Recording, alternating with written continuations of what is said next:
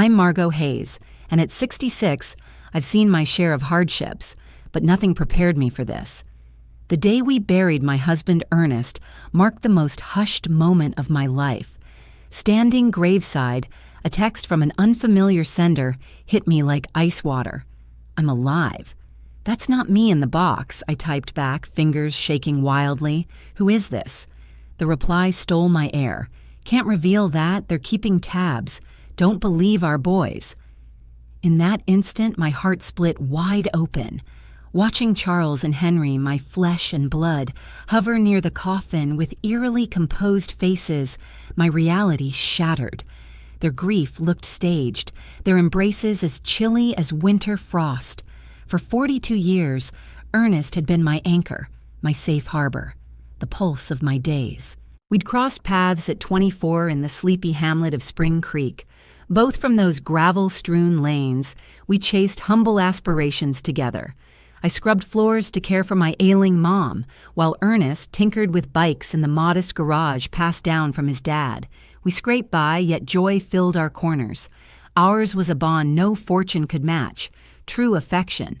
I'll never forget our initial exchange. It happened on a Tuesday dawn. Heading to the market in my threadbare green frock and scuffed footwear, he emerged from his workshop, palms smudged with oil, offering a timid grin that hooked me right then. "Morning, Margot," he murmured gently. "Want me to tune up your bicycle?" I didn't have one, but I invented a reason just to linger and chat. That spark led to stolen moments beneath the ancient oak in Town Square Park, vows of forever, and a modest ceremony brimming with optimism. Early days tested us fiercely. Our place was a compact 2-room cottage topped with corrugated metal. Storms meant lining up buckets everywhere to snag the drips, but contentment wrapped us tight. Ernest toiled dawn till dusk in his garage. I stitched garments for local ladies. Charles's arrival swelled my chest with pure bliss. He came into the world gorgeous, inheriting his dad's wide gaze and my grin. Henry followed 2 years on, equally flawless. I poured every ounce of devotion into nurturing them, setting aside my wants for their sake. Ernest shone as a dad, hauling them to the stream for angling every Sunday, showing them how to mend with their own tools, and spinning tales at lights out. I nourished them, outfitted them, and soothed their sobs. We seemed like a tight-knit clan. At least that's what I thought. As the boys matured, shifts crept in. Charles the elder burned with drive from the start. Kid stuff included questioning our plain existence, wondering why we lacked a vehicle like neighbors did. Henry trailed him blindly, as usual. At 18, when Ernest dangled a spot in the shop, Charles scoffed it off. "I won't soil my hands like yours, Pop. I'll climb to real stature." That cut Ernest to the core, even if he hid the sting from me. I'd catch him on the veranda after dark, eyes fixed on the night sky, face etched with quiet sorrow. His boy had spurned not just the trade, but the very roots of our world. Time rolled on, and unexpectedly, Charles carved out success in corporate circles. He landed a gig with an urban property firm. Henry tagged along shortly. Cash flowed their way, sums dwarfing anything Ernest or I had touched. Initially, pride swelled in me. Our lads had soared beyond our grasp, ditching want for prosperity. Yet gradually, that elation soured to grief. Drop-ins thinned out, chats clipped shorter. On rare appearances, they'd roll up in luxury rides, clad in sharp attire, buzzing about deals and estates. Their glances held an odd blend of sympathy and embarrassment. "Mom," Charles remarked on one fleeting stopover, "you two ought to relocate to finer digs. This shack's crumbling." He spoke truth. Still, those walls cradled our history. The spot where we'd groomed our kids, savored countless suppers, aged side by side. No frills, but it was ours. Ernest, ever insightful, confided in me. "Margot, wealth's twisted our fellows. We're no longer their measure." I pushed back against the notion. Excuses piled up for their no-shows, curt lines, shattered pledges, their forging futures. I'd console myself, convinced one day they'd reclaim the warmth we instilled. Deep down, though, I sensed Ernest's truth. We'd forfeited our sons ages before Ernest slipped away. I simply hadn't grasped how utterly distant we'd grown in their eyes. The sharpest shift hit when Charles wed Jasmine Albright, an urbanite who wore her scorn for our unadorned ways like a badge. Her debut visit saw her teeter in stilettos that plunged into our stoop soil, draped in a sleek crimson gown, pricier than my lifetime wardrobe. "Pleased to make your acquaintance," she uttered through a stiff smirk, offering scarcely a fingertip brush in welcome. Her gaze swept our. He entered our modest dwelling with a look I couldn't quite read, one that left me feeling diminished somehow. At the meal, Jasmine hardly sampled the dish I'd whipped up with such affection. She shuffled the meatloaf across her plate and sliced the chicken into minuscule bits, yet consumed scarcely any of it. Charles appeared uneasy, repeatedly saying sorry for matters he'd never minded in the past. "Next visit, we'll dine out at a eatery," he murmured to Jasmine, assuming I was out of earshot, though every syllable stabbed at my soul like a blade. Henry, meanwhile, stayed unattached, but mirrored his siblings' aloof demeanor. His drop-ins were confined to holidays, and even those felt rushed, as if he couldn't wait to depart. He was glued to his device non-stop, sealing transactions right in the midst of our chats. "Mom, I've got to head out," he'd declare prematurely. "Big conference call at dawn." Those cozy family gatherings on Sundays faded into oblivion. Holidays turned chilly and stiff. My boys would arrive with lavish presents we had no use for. They'd linger just 2 or 3 hours before exiting with clear signs of ease. Ernest and I aged in solitude, leaning on one another for solace. He persisted at his workshop even as his grip weakened over time. I kept at my stitching, though my vision had dulled. We scraped by on our modest earnings, content to seek nothing from our thriving offspring. "You realize what's the most heartbreaking, Margot?" Ernest confided one evening over coffee on the veranda. "It ain't the wealth they've gained. It's how that wealth convinced them we're irrelevant now." He nailed it, as usual. My children hadn't merely shifted in their finances, their very spirits had transformed. We ceased to be cherished guardians. Instead, we embodied an awkward echo of a history they yearned to erase. Matters deteriorated further when Charles snapped up a $200,000 property in a posh urban enclave.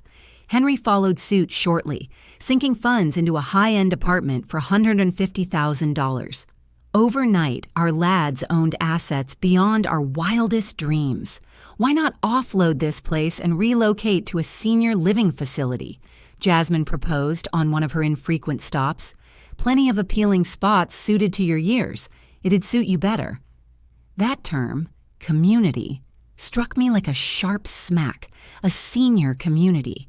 After 4 decades of nurturing this haven, after pouring our hearts into rearing these boys, they aimed to shuffle us off to some facility. "We ain't headed for any facility," Ernest countered with his trademark poise.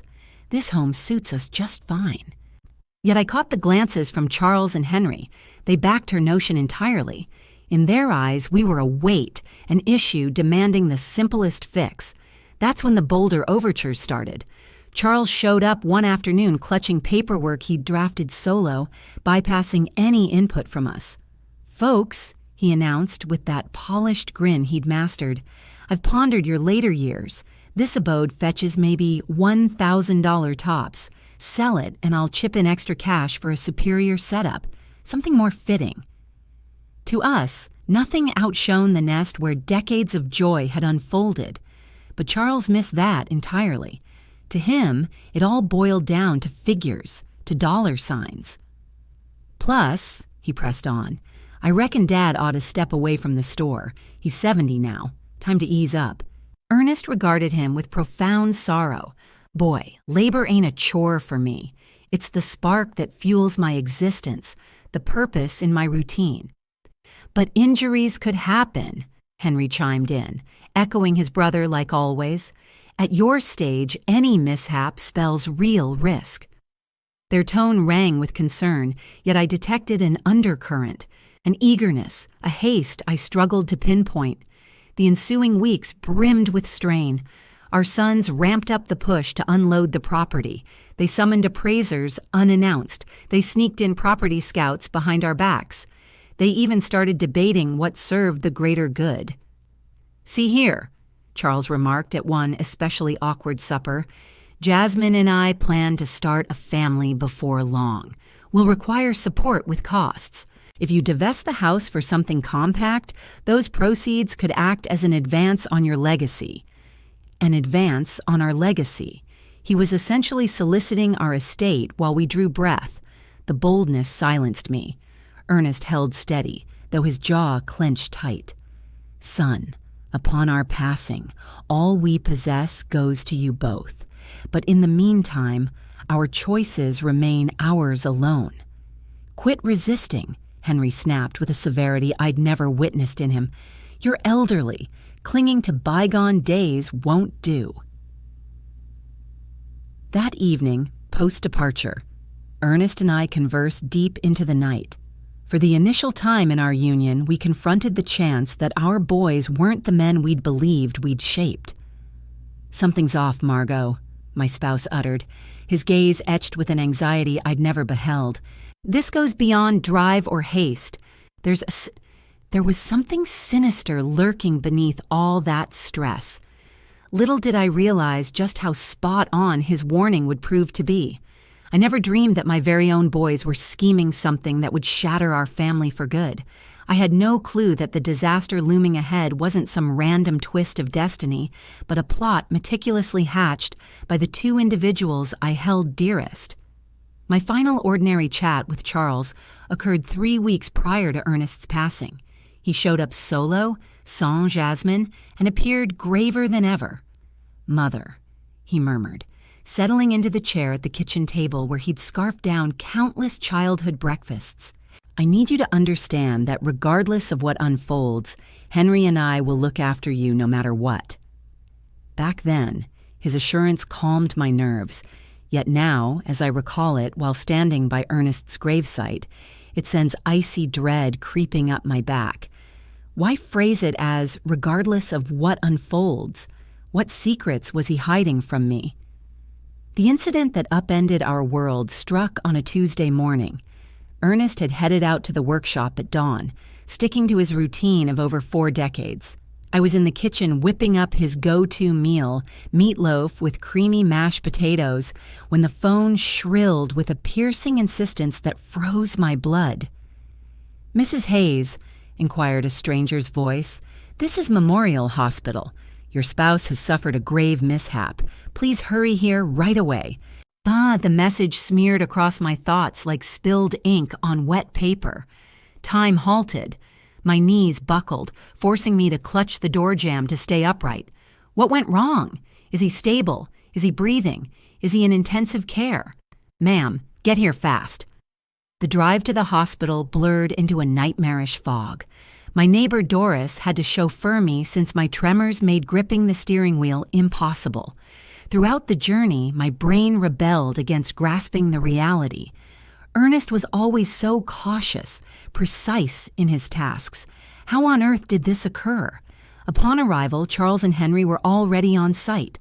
That struck me as odd, given no one had alerted them, or so I thought, since I sure hadn't. But amid my panic, I brushed past the oddity. "Mom," Charles uttered, enveloping me in an embrace that felt sincere enough. "Dad's in rough condition. The docs mentioned a machine at the shop blew up. He's got nasty burns and a serious head wound." Henry's gaze was bloodshot, yet his demeanor struck a wrong note, more jittery than grief-stricken, as if anticipating crucial updates rather than mourning his dad.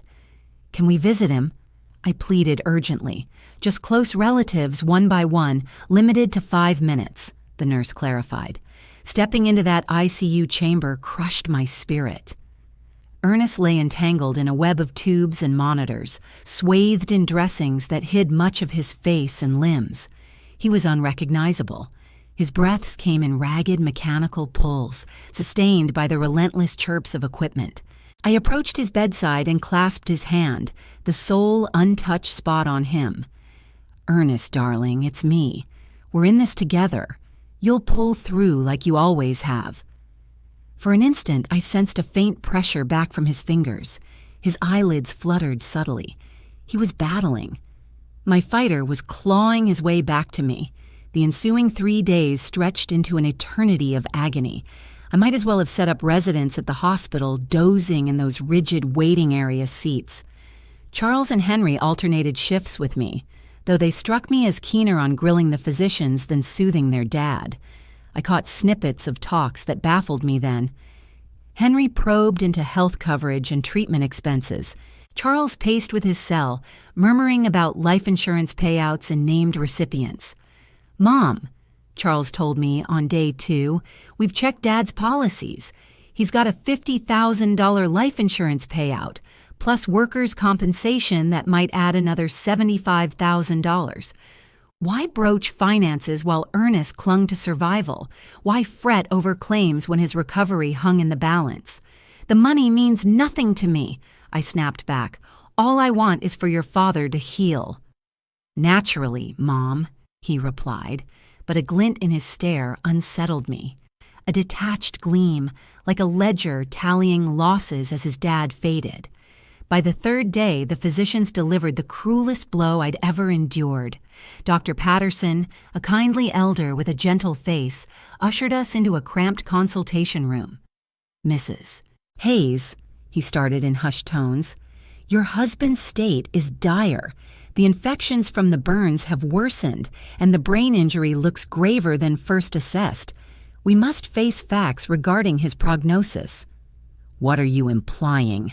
I pressed, even as dread clawed at my chest with the truth. "It signifies readying yourselves for the gravest outcome. He's under sedation in a coma. We could sustain him ongoing, but his prospects for awareness, frankly, they're slim to none." My entire existence crumbled in that instant. 42 years wedded, a shared lifetime constructed brick by brick, and now they were telling me it was all slipping away like mist. "We need to attempt it all," I replied amid my tears, regardless of the expense, regardless of the time it demands. Yet Charles shared a glance with Henry that left me profoundly disturbed. "Mom," Charles responded in a tone attempting to convey empathy, "we must stay realistic. Dad wouldn't wish to exist in this condition. He often mentioned he didn't want to weigh anyone down." A weight. I erupted in a rage I never realized I possessed. "He's your dad. He's no weight. He's the individual who brought you up, who labored his entire existence to offer you everything possible."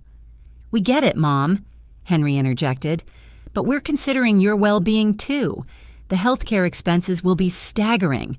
They might drain every bit of your savings. Once more, finances, eternally finances. My spouse was passing, and they were tallying expenses. That evening, solitary in the hospital chamber, I grasped Ernest's hand and addressed him as though he could perceive my words. "Darling, I'm lost on what to do. The physicians declare no chance remains, yet I refuse to release you. I can't envision existence sans you." It was precisely then that an occurrence transpired, one that still sends shivers down my spine. His digits twitched faintly, gripping mine with the slightest pressure. His mouth stirred as if forming words, though silence prevailed. I summoned the nurses in panic. He's responding. He's attempting speech. However, upon their arrival, Ernest had reverted to his prior stillness. The nurse examined the devices and shook her head. "Occasionally, reflexive twitches occur, madam. It signifies no awareness." Yet I recognized the sensation. Ernest had endeavored to reach out to me. He had battled to convey a vital message. 2 days afterward, during the pre-dawn hours of Friday, the equipment alerts blared. Indicators blinked. Caregivers hurried to Ernest's space. I had been napping in the corridor when the clamor roused me. "No, no, no," I cried out, dashing to the area. The medical team labored for 40 minutes in revival efforts, but to no avail. At 4:37 a.m., Ernest was formally pronounced deceased. The agony surging through me then was tangible, like my core being torn asunder. I crumpled beside his bedside, clutching his body that retained warmth, denying his eternal departure. Charles and Henry reached the facility an hour post their father's passing. They appeared ready, as though anticipating the notification. They carried forms, records, and contacts for mortuaries. "We've spoken with Spring Creek Funeral Home already," Charles informed me as I wept without restraint. "They'll retrieve the remains this morning." "We've also reached out to the insurer," Henry continued. "The reimbursement procedure has commenced. How could they operate with such precision, such method, such detachment, merely an hour following their father's loss? Matters felt amiss, but my sorrow overwhelmed me, clouding my thoughts. The burial rites were set for the ensuing Monday. Charles managed every detail with scant input from me. He selected the most basic coffin, the briefest ceremony, as if eager to conclude it swiftly. "This aligns with Dad's desires," he stated when I voiced objection to my exclusion from choices. "Something modest, no spectacle." But Ernest merited more than this hasty, disrespectful haste to enter him and move on. The burial day dawned overcast and chilly, mirroring the heavens' mourning for Ernest. I donned my sole ebony gown, the identical one from my mother's service years prior.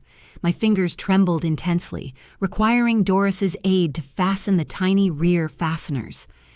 "Stay resilient, Margot," my loyal companion murmured while gently arranging my locks. "Ernest would desire your fortitude, yet I sensed no strength. I felt hollow, a husk devoid of essence. 42 years of union cannot vanish so simply. Each item in our home evoked him. His mug of joe on the counter, his implements on the veranda, his cushion bearing his aroma. Upon arriving at the graveyard, I was taken aback by the sparse attendance. I anticipated greater turnout from Ernest's colleagues at the store. Additional neighbors, further familiar faces, but present were solely Charles, Henry, Jasmine, Doris, myself, and the clergyman. For someone who had resided 70 years in that locale, aiding countless souls, the rite appeared oddly vacant. "What of the fellows from the store?" I queried Charles. "We chose not to impose," he answered promptly. "Dad valued privacy. He'd favor intimacy. But falsehood permeated that. Ernest cherished his locale. He valued his neighbors. He'd have welcomed their farewells. Why had Charles opted for such concealment, such urgency? Throughout the rite, I observed my boys with an odd, detached sentiment. Charles bore a grave demeanor fitting the event, though his gaze frequently flicked to his timepiece. Henry appeared uneasy, as though pressing engagements awaited. Jasmine subtly glanced at her device beneath her dark shroud. This was how they bid farewell to their dad, amid hurried glances and restless fidgeting. The minister discussed everlasting peace, the reward of repose, and reunion in the divine presence. His speech rang empty against the fragments of my broken spirit. Rest in peace wasn't what I wished for Ernest. I yearned for him to return by my side, for our shared years to stretch on, for those routine mugs of coffee on the veranda each dusk. As the moment arrived to sprinkle soil onto the coffin, my knees buckled beneath me. Doris steadied my weight while I wept without restraint. The thud of earth against the timber echoed with utter finality, sealing despair. Right then, beside my spouse's burial site, my cell buzzed. A message from a stranger's line. "I'm still here. That's not my body inside." My pulse halted. The words blurred before me like a fevered vision. Sorrow was unraveling my sanity. Fingers shaking, I typed back, "Who is this?" The reply arrived instantly. "Can't reveal, they're monitoring. Beware your boys." The device slipped from my grasp like hot coals. Doris reached to retrieve it, but I halted her sharply. No one else could glimpse those words. Not yet, not before I grasped the truth. "Everything all right, Ma?" Charles inquired, stepping closer with concern etched on his features. I scrutinized him, searching for any telltale sign in his gaze. They appeared genuine, yet suddenly each movement, utterance, and look carried an air of doubt. "Yes, I'm okay," I fibbed, tucking the phone into my bag. "Just need to head back." During the drive home, those texts haunted my thoughts. Could this be some heartless prank timed for my darkest hour? Or might Ernest truly have survived? If so, whose remains lay interred? If not, who possessed such intimate knowledge of our family to target our children so precisely?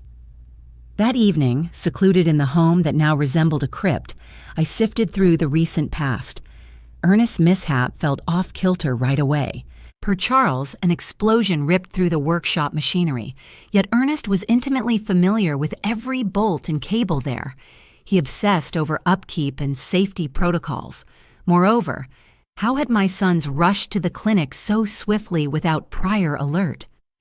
I'd received the initial call from the hospital as the primary contact. How did they learn of it ahead of me? And the finances loomed large. From the outset, Charles and Henry chattered about coverage plans and heirs like they'd anticipated and schemed for this. I resolved to examine Ernest's files. In his weathered oak bureau, a steel container held all vital records: policies, property title, business papers, everything. There sat the $50,000 policy Charles referenced, yet one detail escaped my memory. It had been revised merely 6 months prior, boosting from $5,000 to $50,000. Whatever prompted Ernest to amplify his coverage, he'd never breathed a word of it to me, and crucially, who urged the adjustment. Digging further unearthed something more alarming. An unfamiliar workers' compensation plan, acquired 2 months before his passing. $5,000 for on-site fatality, adding up to $15,000 overall. A windfall for folks like us, yet one that could lure the unscrupulous. My phone hummed once more, a fresh note from that anonymous sender. Examine the bank balance, track the transfers. No second-guessing this round. Whoever this was, their insights ran too deep for mere mischief. They grasped the policies. They suspected my sons. They held secrets reserved for our innermost circle. Come morning, I visited our long-standing bank of 3 decades. Mrs. Thompson, the branch head, who'd long known us, offered heartfelt sympathies. Margot, my deepest regrets over Ernest. Such a fine soul. Appreciate it, Mrs. Thompson. I'm here to review our finances, get a clear picture. She pulled up statements from the prior half year. The revelations chilled me to the core. In the last 3 months, hefty sums had vanished from savings. $1,000 in January, $3,000 in February, $4,000 in March. Funds I'd been oblivious to shifting. Who approved these pulls? I queried, voice quivering. Your husband visited personally, she clarified. Mentioned shop fixes, though I managed our domestic ledger. I tracked every cent in and out. Ernest never hinted at major overhauls, nor did we discuss draining thousands from reserves. Any records of the signatures? I pressed. She displayed the slips. They mimicked Ernest's script, but the lines wavered oddly, lacking his typical bold, steady stroke. With my heart racing, I turned to Mrs. Thompson and asked, did he make those withdrawals by himself, or was anyone accompanying him? She paused briefly, considering. Come to think of it, he did show up a couple of times with one of your boys. Charles, I believe it was. He mentioned assisting his father with the forms since Ernest struggled to read fine print without his spectacles. But Ernest could see just fine with his glasses on, which stayed perched on his nose all day long. My own son Charles had taken part in pulling out cash behind my back, exploiting his father's supposed vision issues as a cover. That very afternoon, as I pored over the bank statements time and again, a fresh message arrived. The extra coverage was their suggestion. They talked Ernest into it, claiming it was to safeguard you better. It was all a setup. The mounting clues were impossible to ignore any longer. The oddly boosted life insurance, the secret fund transfers, Charles's involvement in deals I was clueless about, his oddly slick handling of the burial arrangements, his detachment amid his father's suffering.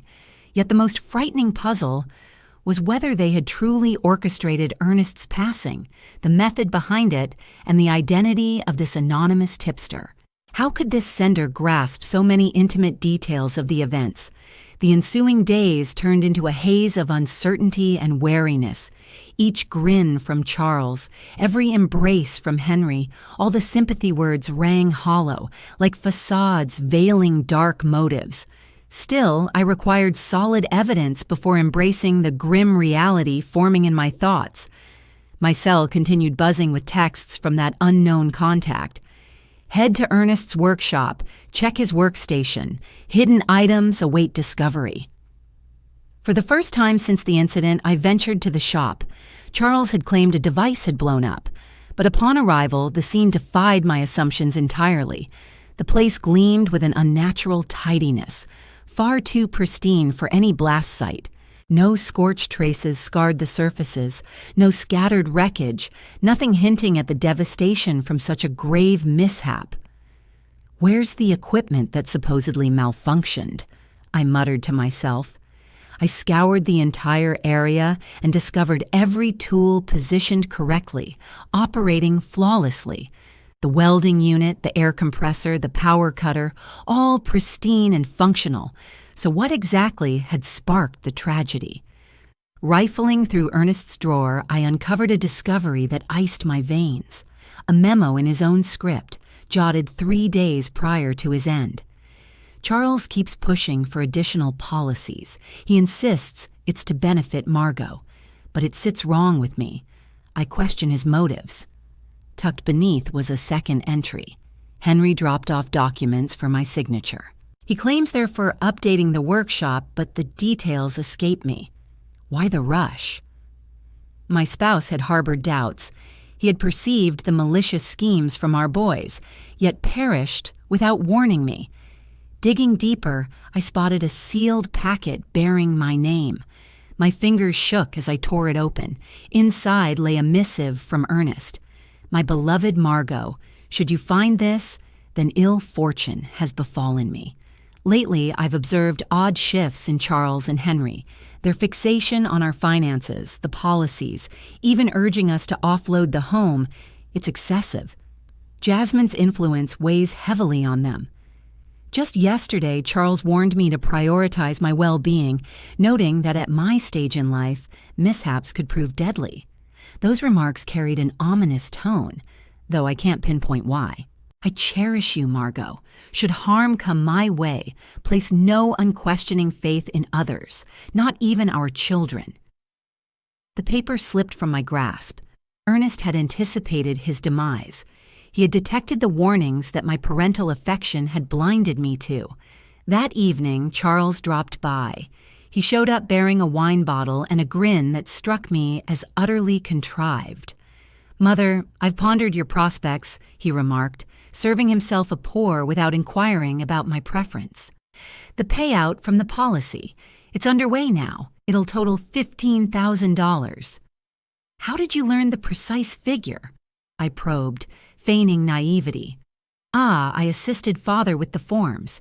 He aimed to ensure you had ample funds for a secure life." Falsehood. Ernest had resisted hiking the coverage, as his jotting revealed, coerced by Charles. "And what would you suggest I do with those funds?"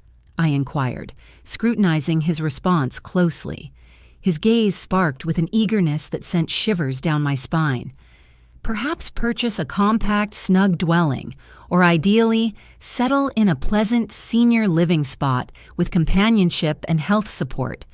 Henry and I can oversee your assets to stretch them wisely." "Oversee my assets? We're simply looking out for you, Mom. At your years, it's simple to fall prey to fraud or poor choices with money. We're savvy on placing bets, handling enterprises. We could multiply that sum 3-fold over time. Multiply my inheritance or siphon it into their grasp." "I'll mull it over," I replied, stalling for breathing room. "Naturally," Jasmine chimed in with her phony warmth, "but keep it brief, for your sake." Once they were gone, I remained in the kitchen, trembling from anger and terror. My very own boys, my blood relatives, had not just killed their dad, but were now scheming to take whatever remained of my possessions. That evening, my cell phone buzzed with a text much lengthier than the previous ones. Head to the police precinct tomorrow. Request the file on Ernest's mishap. You'll find inconsistencies that are crucial.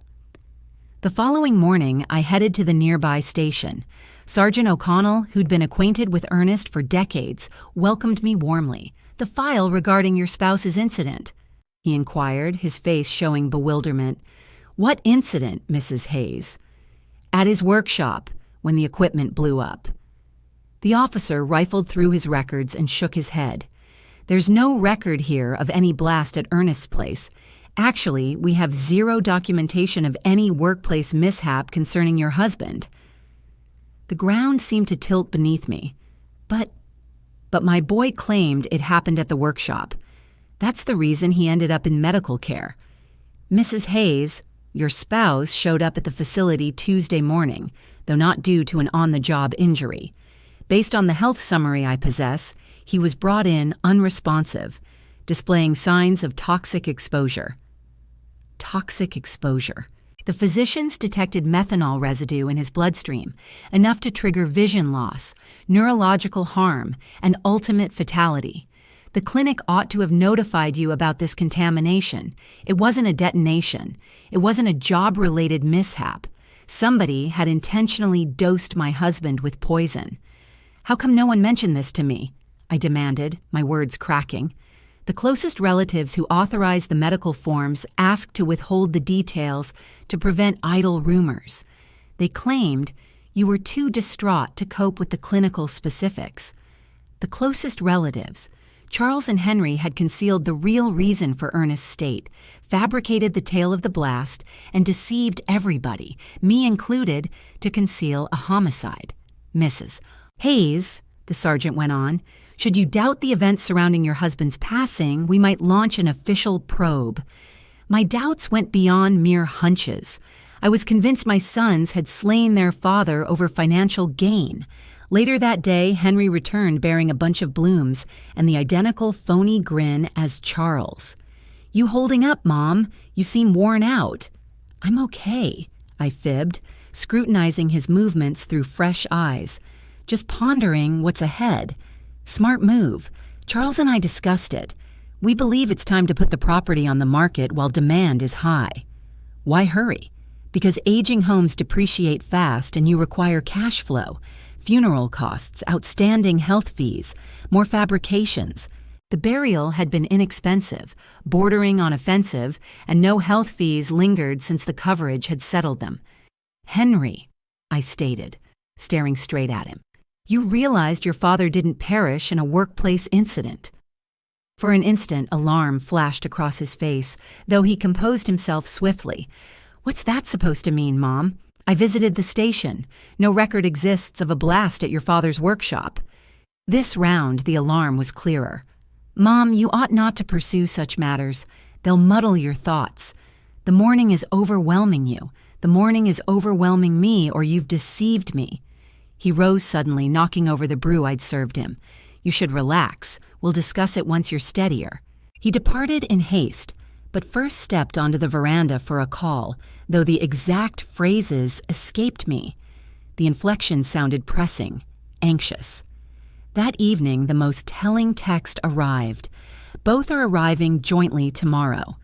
They'll attempt to persuade you that madness has gripped you, that sorrow is sparking illusions.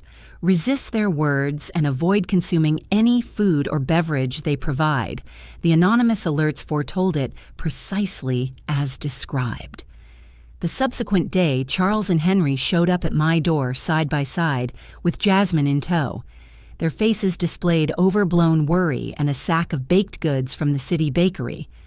"Mom, we're truly concerned for you," Charles started in a cloying tone. "Folks nearby mentioned you've been behaving oddly. Doris reports you've been muttering alone, skipping meals." Doris never uttered that. It was merely another falsehood in their expanding arsenal. "Jasmine fetched your preferred treats," Henry chimed in, gesturing to the sack, "and we prepared your go-to coffee blend." The alert's caution echoed in my mind. "Don't take anything they offer you to eat or drink." They might be intending to taint me as well, mirroring what they'd done to Ernest. Thanks, but I've eaten already, I replied, maintaining space.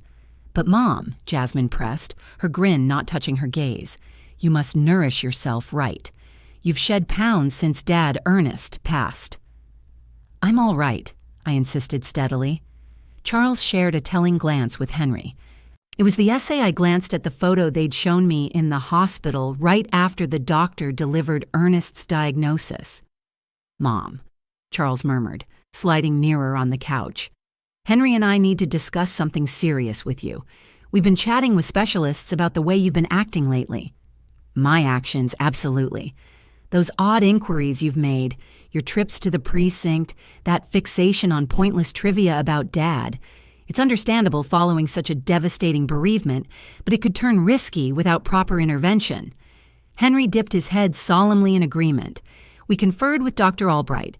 According to him, it's typical for seniors to experience delusions after a spouse's death, particularly women of your generation. Delusions. They were labeling me insane for exposing their deceptions. I'm not delusional, I declared, summoning every bit of resolve I possessed. I'm simply posing the inquiries I ought to have raised ages ago. Which ones? Charles pressed. Such as why no incident report exists for your father's alleged mishap, or why the store appears spotless despite the supposed blast, or why you pulled $5,000 from our joint account without a word to me. The quiet that ensued rang in my ears. The trio swapped glances laced with barely concealed alarm. Mom, Henry ventured at last, those matters come with straightforward answers. Dad took out that cash for hidden renovations meant as a gift for you. What kind of gift? He planned to overhaul the home. Charles fabricated. He'd brought in laborers to mend the ceiling and refresh the interiors. It was intended as a birthday treat. If that's the case, where are those laborers? Where are the supplies? Why hasn't anyone locally heard of this alleged upgrade? As for the incident report, Charles pressed on. Not every workplace incident demands documentation, particularly on personal land, additional falsehoods. Sergeant O'Connell had stated it plainly. Any severe injury from a job-related accident necessitates an official filing. Mom, Jasmine cut in with a honeyed yet patronizing tone. We're only trying to look after you. That's why we figured you'd benefit from relocating to a facility equipped with expert medical support. An assisted living center, Charles clarified, tailored for those grappling with intricate mourning. They offer therapists, caregivers, programs to occupy your days. And meanwhile, Henry chimed in, we'll manage disposing of the property, handling the policy payout, all that burdensome paperwork you ought not tackle while you're like this. There it lay, their full scheme. Label me psychologically unfit, confine me to a facility, and seize hold of my finances. They'd already slain Ernest for the policy proceeds, and now they aim to plunder what remain mine as well. And suppose I say no, I challenged them. Why turn it down? Charles replied, his grin sending ice down my spine. We're only seeking what's right for you. Because this home is mine. This is where I forged my existence alongside Ernest. This is where I nurtured you all. Mom, Henry exhaled dramatically, you can't cling to bygone days indefinitely. Dad's departed. You must come to terms and proceed forward. I've come to terms, but that doesn't imply I'll surrender my existence and assets. The veneer of worry started fracturing across my boy's expressions. Charles rose sharply. Fine. If you refuse to heed logic, we'll resort to sterner steps. What do you imply? It signifies we can initiate court proceedings to deem you cognitively impaired. We possess accounts of your unstable conduct. We hold statements from physicians verifying your bout with age-related delusions. Physicians. Which ones? I hadn't consulted any about my psyche. Dr. Albright has already endorsed an initial assessment, Henry noted. He indicates that, drawing from our accounts of your demeanor, you probably require targeted treatment. A physician who'd never assessed me personally had approved an evaluation of my mind solely on my son's narratives. What sum had they paid to secure that bogus appraisal? Thus, you might comply willingly, Charles went on, or will pursue it through the courts. But regardless, you'll receive the assistance required. It amounted to an outright ultimatum. Should I not yield my funds willingly, they'd exploit the judiciary to plunder them. I require a moment to mull it over, I informed them, aiming to stall. Naturally, Jasmine cooed with her phony warmth, though not an excessive amount, for your sake. Once they'd departed, I remained in the kitchen, quaking with fury and dread. My own offspring, flesh of my flesh, hadn't merely killed their sire. They now plotted to divest me of every last possession. That evening, my cell buzzed with a note bulkier than the prior ones. Margot, this is Stephen Callahan, a detective for hire. Ernest engaged me 3 weeks prior to his passing, wary of Charles and Henry. They dosed him with methanol stirred into his morning brew. I've got recordings of their talks, scheming the whole affair. Meet me tomorrow at 3 p.m. at the neighborhood bistro. Claim the rear booth. I'll be waiting. Finally, I could figure out who'd been behind those messages, and crucially, I'd possess the evidence required to seek vengeance for Ernest's passing. Yet I realized time was slipping away fast. Charles and Henry had revealed their intentions. If I didn't move quickly, they'd confine me to some facility while squandering the fortune that had claimed my husband's life. The battle was on. Even as a 66-year-old widow facing off against 2 merciless foes, I held an advantage they lacked: the facts. And facts have a habit of surfacing eventually. That evening, for the initial time following Ernest's demise, a smile crossed my face. I understood his death hadn't been pointless. His vigilance, his gut feeling, his choice to bring in a private detective would enable me to claim retribution. Charles and Henry had gravely misjudged their mother. They were on the verge of learning that a woman defending her slain husband's legacy wields more strength than their combined avarice. Dawn broke the next morning, charged with anxiety and eagerness. I selected my attire with precision, opting for the solemn purple gown reserved for significant moments. Since I was about to encounter the individual who might deliver the clarity I craved, I aimed to brace myself for whatever truths emerged. At precisely 2:30 p.m., I headed to the nearby coffee shop with resolute yet wary strides. Shadows seemed ominous. Every passerby might be an informant dispatched by my boys. The paranoia they'd once mocked now appeared entirely reasonable. The establishment buzzed with a fair crowd. I proceeded directly to the rear booth, following the directions given. A chamomile infusion was what I requested, and I sat there, fingers quivering faintly against the aged timber surface. Right on cue at 3 o'clock, a fellow in his 50s drew near. Tall, with silver locks, sharp gaze, and a grave yet compassionate demeanor, he clutched a tan dossier beneath one arm. "Mrs. Hayes," he inquired softly. I affirmed with a nod, my words still caught in my throat. "Stephen Callahan here. My deepest condolences on your bereavement. Ernest was an honorable soul." He settled into the seat opposite and set the dossier down. "Prior to revealing my findings, understand that the revelations ahead will prove deeply distressing. Prepared. I've been steeling myself ever since your initial note arrived," I responded, summoning a resolve I hadn't known resided within me. Stephen flipped open the dossier and retrieved a compact audio device. "Ernest visited me roughly a month back. He expressed concern over his son's conduct and engaged my services for a covert probe into their actions. He activated playback. My late husband's timbre, warm and cherished, resonated in the intimate area. Stephen, should misfortune befall me? No, it wasn't chance. Charles and Henry have been urging me to boost my policy coverage. The day before last, Charles presented documents claiming they safeguarded Margot more effectively. But upon review, I spotted provisions that favored them outright." My pulse quickened. Ernest's tone revived him momentarily, yet his statements validated my darkest fears. The tape pressed on. Henry's been probing oddly into my habits, my morning meals, departure times, whether Margot joins me at the store. He insists it's from worry, but his manner unsettles me. Stephen halted it. This exchange occurred 3 weeks prior to his end, though I've got fresher material. He resumed with a segment featuring Charles's voice amid a call. No, delay is impossible. The elder's growing wary. Yesterday, he questioned my fixation on his coverage. Affirmative, methanol's secured. It mimics cardiac failure or cerebral incident flawlessly. Negative. Mother poses no threat. Post-father's departure, grief will render her pliable for our designs.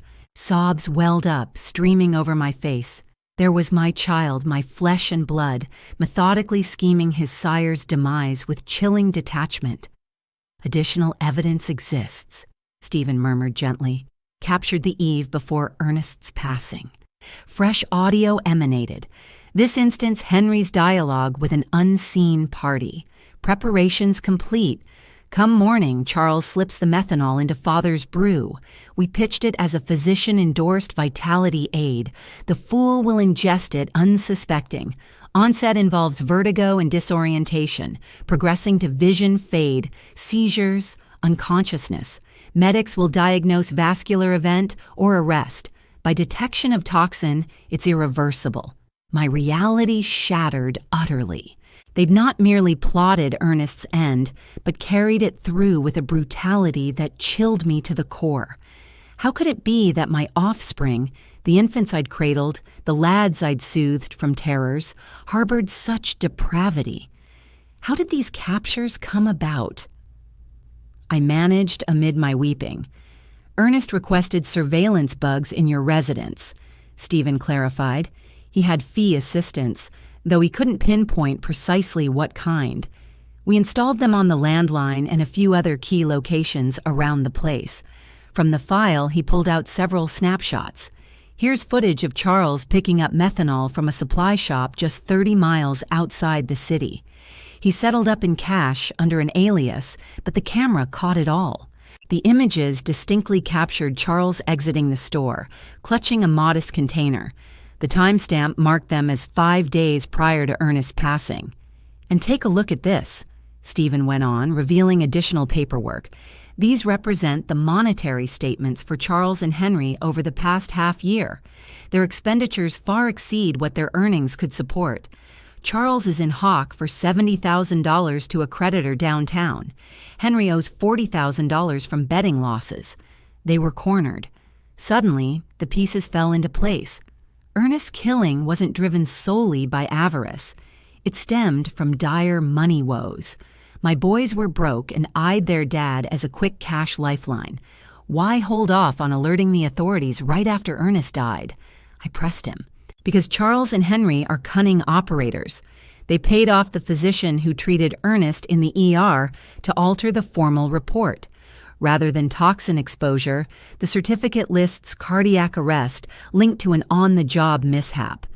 Absent that clinical proof, my tapes alone might not secure a guilty verdict. But with everything compiled now, I noted, a blend of anguish and resolve surging through me. Precisely. And there's another detail you must hear. A chill shot down my spine. What is it? Your boys intended to take you out as well. Stephen queued up a final audio clip featuring both Charles and Henry's voices in unison. After securing Dad's policy payout, we've got to eliminate Mom next, Charles declared. We can't chance her catching on or someone else stirring doubts. How do we pull it off? Henry inquired. Just like with Dad. Only this round, stage it as a despondent suicide. A grieving widow too heartbroken to go on. No one would doubt it. And since we're her sole beneficiaries, it'd all come to us. The property, the nest egg, the policy funds, nearly $200,000 altogether. The tape cut off. I trembled violently. My own children hadn't just slain their father, they plotted my demise too, all in pursuit of wealth. Mrs. Hayes, Stephen murmured softly. I realize this is crushing, but we've gathered sufficient proof to hold them accountable. What's our next move? I questioned, dabbing at my eyes. Step 1. We head to the authorities with this full dossier. Sergeant O'Connell is a straight shooter, untouched by the graft. Step 2. We move swiftly. Your sons aim to have you ruled unfit by tomorrow. Should they pull that off, legal action gets way tougher. Indeed, I overheard a call this morning. They're huddling with Judge Miller at 10 a.m. to kick off the competency hearing. I rose from the seat, fueled by a resolve absent for weeks. In that case, we strike this evening. Right on cue, Stephen agreed, but before we go, one final item for you. He extracted another photo from the bundle. It depicted Ernest departing an unfamiliar health center. 3 days prior to his end, your spouse underwent a thorough checkup at an urban facility. The findings indicate flawless condition, 0 traces of cardiac issues, blood pressure steady. All checks came back ideal. This seals it. His demise resulted from deliberate poisoning, not any inherent ailment. That clinched the vital last proof. Ernest had been in peak form, taken down by his flesh and blood. Stephen, I uttered, clasping his hand, you've honored your vow to my late husband. Time to deliver retribution. That very evening, Stephen and I headed straight to the precinct. Sergeant O'Connell drew the graveyard shift that week, ideal for what we needed. We showed up at 8 p.m., the place hushed and subdued. Sergeant O'Connell, I stated steadily. I'm here to lodge an official charge of homicide against my husband, Ernest. He regarded me, stunned. Homicide. Mrs. Hayes. The records indicate cardiac distress following an industrial incident. Those records are fabricated, I countered, setting Stephen's dossier before him. My husband suffered intentional methanol poisoning at the hands of our sons. Over the ensuing 2 hours, Stephen and I laid out the entire case.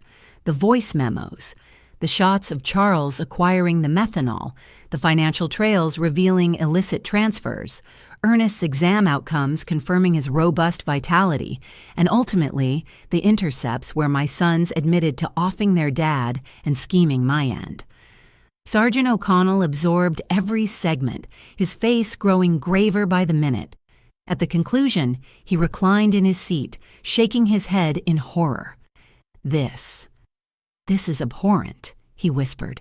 Are you certain you want to proceed, Mrs. Hayes? After we take your sons into custody, there's no way to reverse it, the sergeant inquired. Sergeant, I responded, summoning every ounce of composure I had left, those individuals slaughtered my husband in cold blood over cash. They intended to do the same to me. They ceased being my sons long ago. They're offenders who deserve to face consequences for their actions. The sergeant noted that we'd require the medical examiner to exhume Ernest's remains to verify the methanol traces. Are you ready for that step? Do what's required, I answered promptly, without a second thought. Sergeant O'Connell wasted no time dialing the district attorney. Even at that ungodly hour, the gravity of the situation prompted the DA to rush to the precinct in person. Once he'd examined the full array of proof, he swiftly approved warrants for the arrests of Charles and Henry. We'll move in at first light, the DA informed us. We must secure every piece of evidence before they can tamper with anything else. That evening, Stephen escorted me back to my place. Will you manage on your own? He questioned, his worry evident. I'll be all right, I assured him. Having uncovered all this, fear has left me. Justice stands with me now. Sleep evaded me that night. I lingered in the kitchen, gazing at the framed pictures of Ernest adorning the walls. For the first time since his passing, sorrow wasn't my sole companion. A peculiar blend of grief and contentment washed over me, assured that retribution for his killing was imminent. At precisely 6:00 a.m., my phone buzzed. Charles was on the line. Mom, get over to Henry's place immediately. Something awful's gone down. What is it? I probed, simulating worry. It's easier to discuss face to face. Hurry over. I recognized the setup as a snare. From the tapes I'd heard just prior, I realized they aimed to accelerate their scheme against me. Yet I also understood the authorities were en route to apprehend them. "I'm heading there," I fabricated. Rather than departing for Henry's, I remained in the kitchen, biding my time. By 7:30 a.m., from my window, I watched multiple squad cars converge on my son's residences from various angles. My phone kept ringing incessantly over the subsequent hour. First Charles, then Henry, their tones growing more frantic as they demanded my whereabouts. I ignored every single one. At 9:00 a.m., Sergeant O'Connell rapped on my door. "Mrs. Hayes, Charles and Henry are in custody. They're facing charges of first-degree murder and conspiracy to murder." My knees buckled, though not from terror this time. Pure relief surged through me. How did they respond? I wondered aloud. Charles rejected it all initially, but upon hearing the recordings, he broke down. Henry bolted out a rear window. We pursued him for 6 blocks before catching him. Later that day, Jasmine appeared at my doorstep.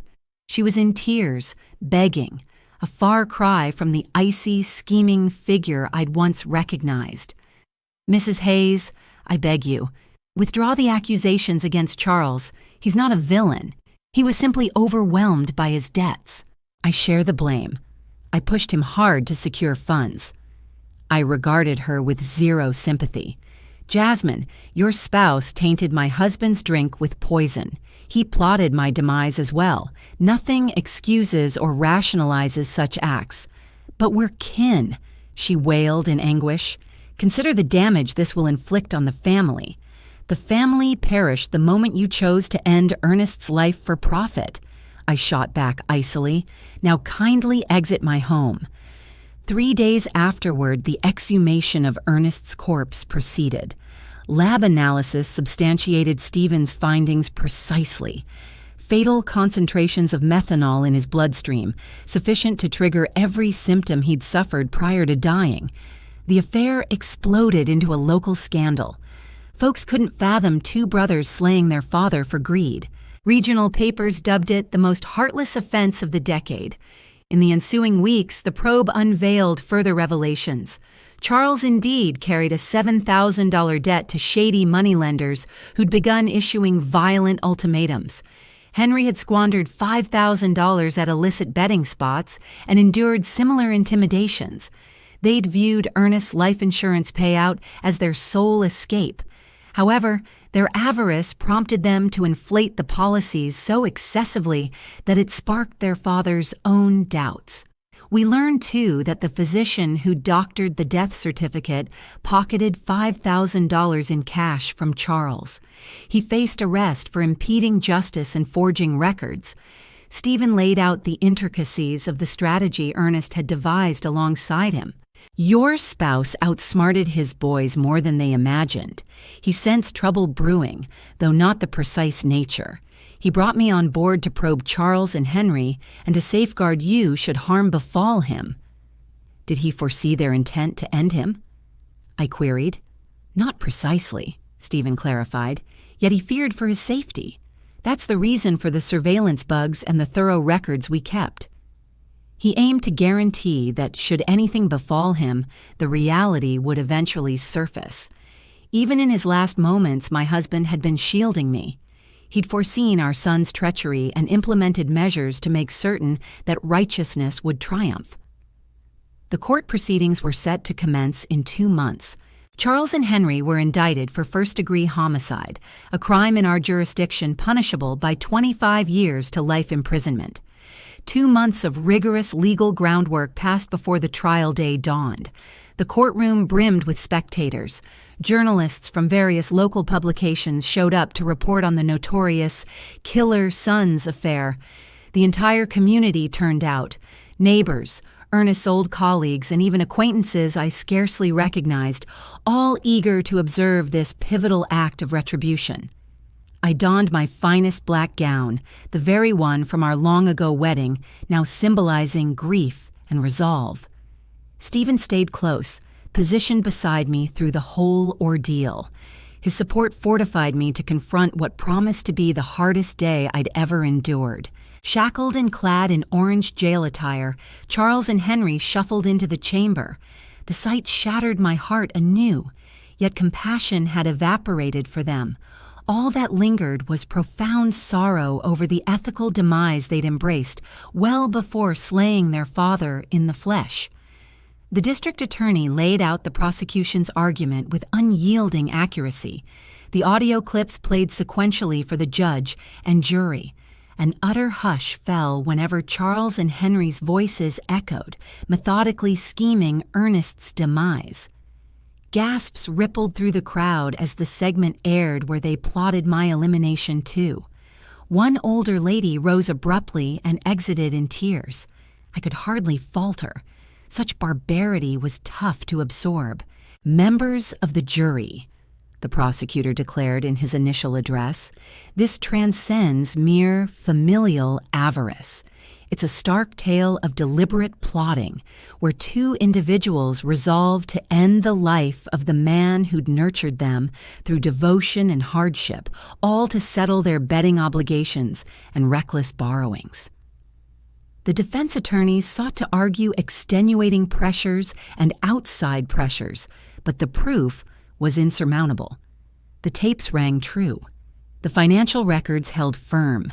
The lab analysis detecting methanol in Ernest's system stood unassailable. When called upon to give evidence, I approached the witness box on unsteady feet, though my thoughts remained sharp. I'd anticipated this juncture for ages. "Mrs. Hayes," the prosecutor inquired, "could you describe your bond with your sons prior to your spouse's killing?" "I believed we shared a strong connection," I answered, gazing straight at Charles and Henry. "I nurtured them with affection. I gave up all for their sake. Their dad toiled dawn to dusk to provide whatever we could. I never dreamed that devotion and effort would fuel his end." "Did you ever sense they might endanger your husband?" "No. That's the deepest wound in this nightmare. I placed absolute faith in them. When they claimed Ernest suffered a workshop mishap, I accepted it. When they rushed the burial arrangements, I saw it as handling sorrow with promptness. It never crossed my mind they were concealing a slaying." Charles bowed his head as I spoke. Henry met my eyes with challenge, though moisture glistened in his. Regret arrived far too tardily. Remorse offered no solace now.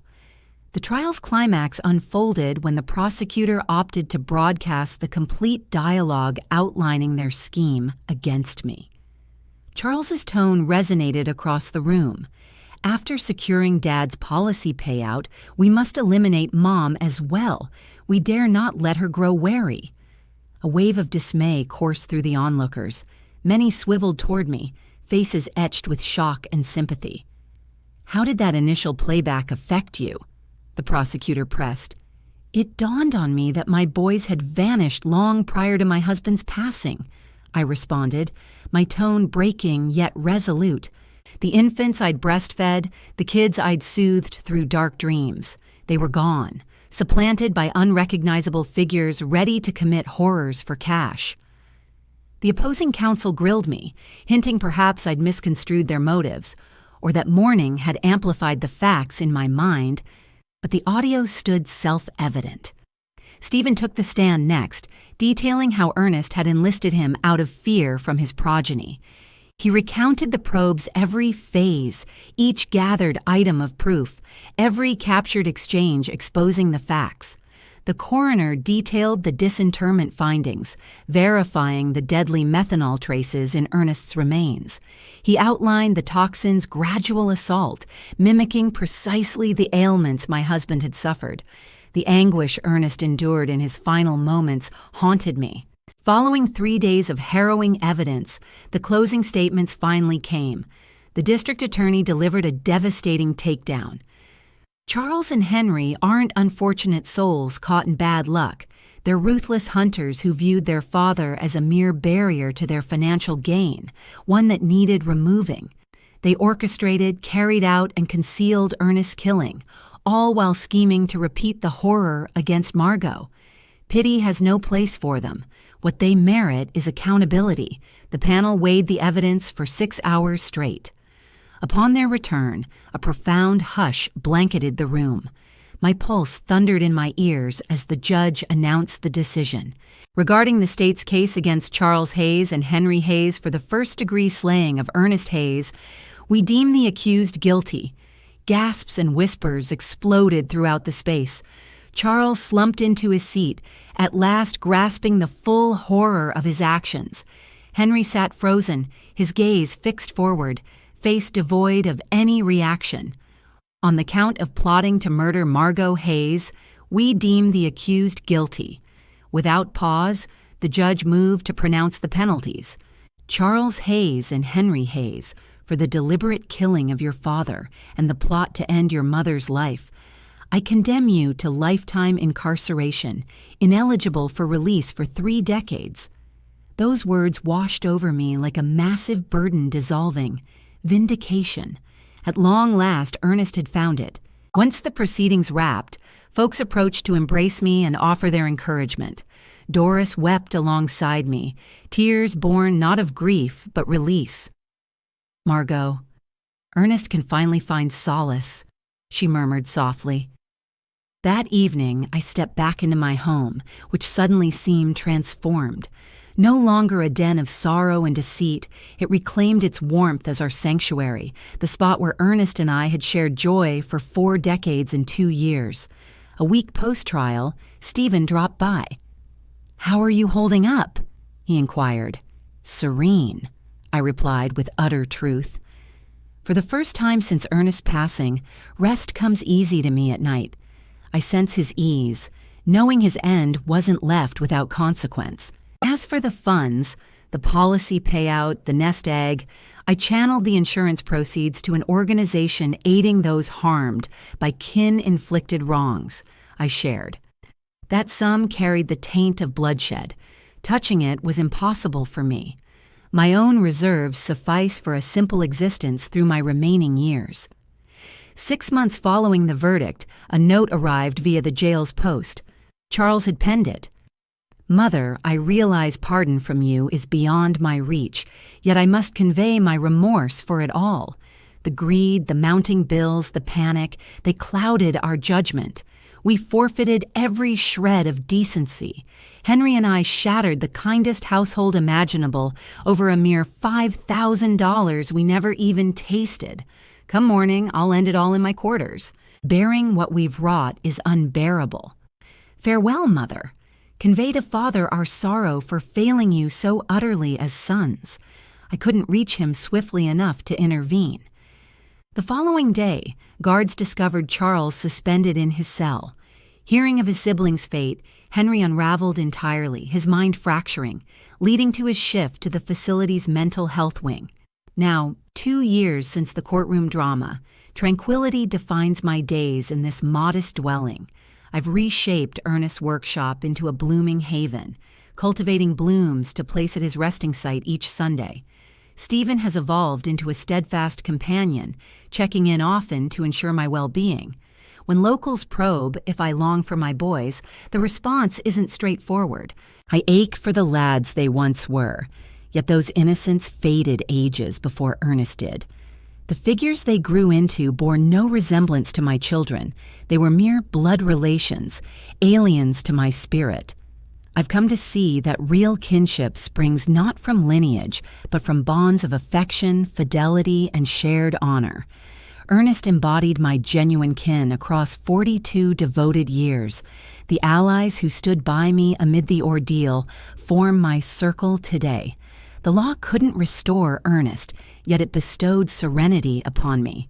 And in still evenings, perched on the veranda where we'd sip our brews side by side, I sense his essence nearby, beaming with pride at my resolve to choose rightly, despite the eternal loss of my offspring. 5 years have elapsed from that fateful graveyard moment when the initial alert upended my world. At 71 now, my silver locks mirror the tempests I've weathered and triumphed over. Yet my gaze, as my loyal companion Doris observes, glows with a light absent in earlier times. The abode where Ernest and I wove our aspirations remains my haven. I've spruced it up using my stored resources, coating the interiors in a gentle ochre, his cherished shade, and reimagining his former workspace as the block's loveliest oasis.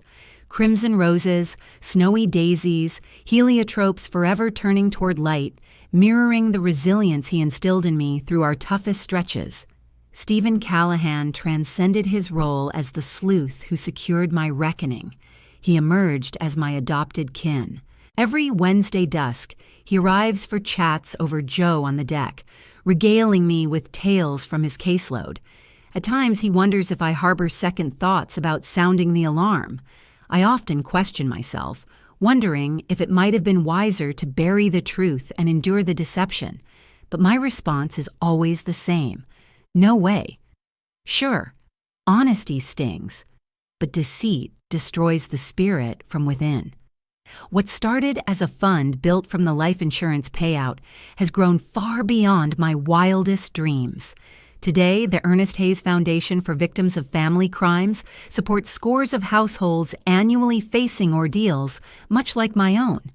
Our team includes therapists, attorneys, and detectives, all dedicated to ensuring no one else endures the quiet agony I did. Just 6 months back, a 40-year-old named Ella Lanner reached out. She feared her sibling had killed their mom over the family fortune. Her account echoed my nightmare so closely.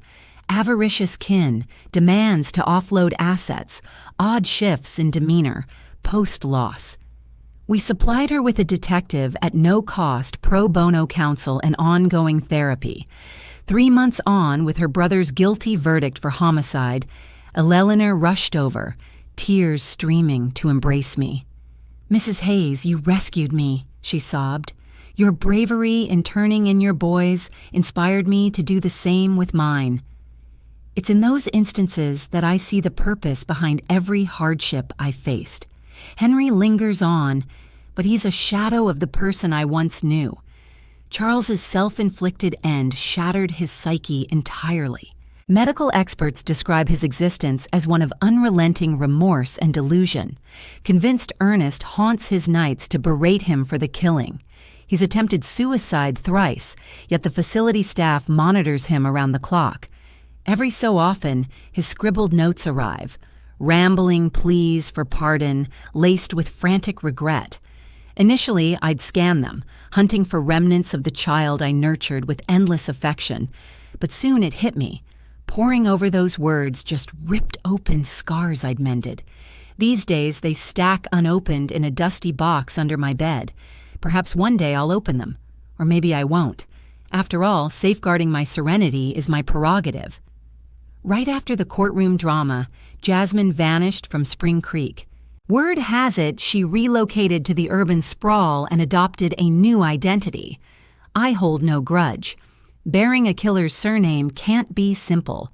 At times, I ponder whether she sensed Charles's scheme, if she quietly enabled Ernest's demise. Yet such inquiries fade into history. I've grown to embrace the now. The Spring Creek saga endures as folklore here, a cautionary tale whispered by elders to the young about avarice and disloyalty. To some, I'm a champion. To others, a harsh figure who doomed her offspring to confinement. Their opinions don't faze me. I hold the facts, and they've granted me the tranquility I craved. Remarkably, my vitality holds strong despite the years. My physician attributes it to shedding the burden of tension and sorrow at last. The flesh mends when the soul discovers calm, he noted at my recent exam. Sundays at dawn bring me the most joy. I snip blooms from the yard and stroll to the burial ground, placing them by Ernest's plot. Post-verdict, I added an epitaph. Ernest Hayes, cherished spouse, wronged parent, upright soul. His devotion outlasted even death. I share the week's events with him. The foundation's progress, the households we've aided, the grateful notes from those who've claimed fairness through our ordeal. I sense his nod in the breeze rustling the branches overhead. "The oddest part, darling," I murmured on my latest trip. Charles and Henry no longer stir anguish in me, just sorrow. Sorrow that, despite boundless affection, they picked venom. With a home that worshipped them, they opted for treachery. Given the chance to mirror your integrity, they became slayers. A urban journalist visited last week for a film on domestic offenses. She inquired if I had words for folks in comparable binds. Kinship doesn't justify wrongdoing, I stated. Affection isn't sightless. Real devotion sets limits. If a so-called loved one would injure you for gain or ease, their feelings aren't genuine. And pursuing righteousness is never too late, regardless of the offender's ties. This year, marking 5 years since Ernest's passing, I hosted a tribute gathering. Over 200 attended: locals, foundation colleagues, assisted kin, town officials. It warmed me to witness how his tragedy sparked positive change across countless paths. Stephen delivered a heartfelt address. Greed from his child felled Ernest Hayes. Yet his influence endures in each household that uncovers truth, fueled by his partner's resolve. Darkness sought to erase his narrative, but light prevailed, and transformed our suffering into inspiration for those around us. Each evening, as I prepare for bed, I occasionally pull out those faded pictures from the days when Charles and Henry were just kids. I watch them frolicking in the backyard, embracing their dad, and sharing joyful moments with me during bygone holidays. I permit myself tears for those pure young boys who vanished before avarice fully twisted them. Yet I shed no more sorrow for the adults they grew into. Those individuals selected their own paths. What began as my private heartbreak expanded into something far greater. It now stands as an emblem that fairness can prevail, even from the unlikeliest origins. A widow of 66 demonstrated that honesty outshines deception. Genuine affection endures beyond disloyalty, and it's always possible to choose righteousness, no matter the timing. Come Wednesday, Stephen will stop by for our usual coffee, just like clockwork. I'll bake his go-to treat and share the latest batch of grateful notes that showed up this week. Then we'll team up in the yard, sowing fresh blooms for the upcoming season. Existence continues, humbler now, yet far more genuine than in the past. I've come to realize that real kinship stems not from blood ties, but from aligned principles, reciprocal admiration, and an affection that avoids causing injury. Ernest, from wherever you rest, I trust you understand I honored the vow I whispered at your graveside on that dreadful afternoon. I uncovered the reality. I pursued accountability and reshaped our anguish into optimism for everyone else. Your passing held purpose, my dearest.